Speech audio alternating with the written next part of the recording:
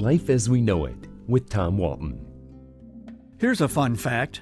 The Lucas County Auditor's Office calls an uncollected tax an undertaking. Oh, the irony. Like most Blade subscribers, I read the newspaper cover to cover, but two parts of what I call the Daily Miracle get my special attention. One is the obituaries, the other is the occasional list of Lucas County's property tax delinquents. If I don't see my name either place, I know it's going to be a good day. The delinquency list, compiled by Lucas County Auditor Anita Lopez, appeared in the paper recently as required by law, and I was alarmed by an entry that somehow, despite the sea of small type, caught my eye. Among the tax deadbeats was the City of Toledo. One of Ohio's largest cities owes one of Ohio's largest counties, are you sitting down? The grand sum of 2 cents. At first I laughed it off as an aberration, but then I kept looking, and it kept happening.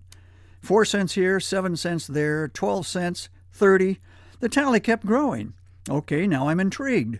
So I grabbed my strongest pair of reading glasses and examined all 18 pages of tiny type line by line. Found 89 listings, which showed the city's a little behind in its taxes. The bottom line, the pennies turned into dollars, lots of them. Collectively, those 89 delinquencies came to more than $200,000 in unpaid property taxes owed by the city. I'm sure the county and other jurisdictions for which the county collects taxes, including our public school districts, would love to have their share of that money. That's a big chunk of change, even in the context of the city's overall tax bill. The city owed $2.7 million last tax year. Here we are several months later, and now there are 115 delinquent city parcels that owe a total of $318,000, according to the auditor's staff. Of that, $33,000 represents penalties and interest. To be fair, the city of Sylvania showed up on the list too, more than $3,300 in arrears. The Toledo-Lucas County Port Authority had a shortfall just under $300. The Ohio Department of Transportation was there also. What's going on? Are government agencies stiffing each other? I went to the source herself for some guidance, Auditor Lopez. Many of these governmental shortfalls, she said, reflect bookkeeping or accounting anomalies that don't necessarily mean fraudulent intent. Sometimes taxes don't get paid by the deadline for legitimate reasons, she explained, such as death or an estate transfer.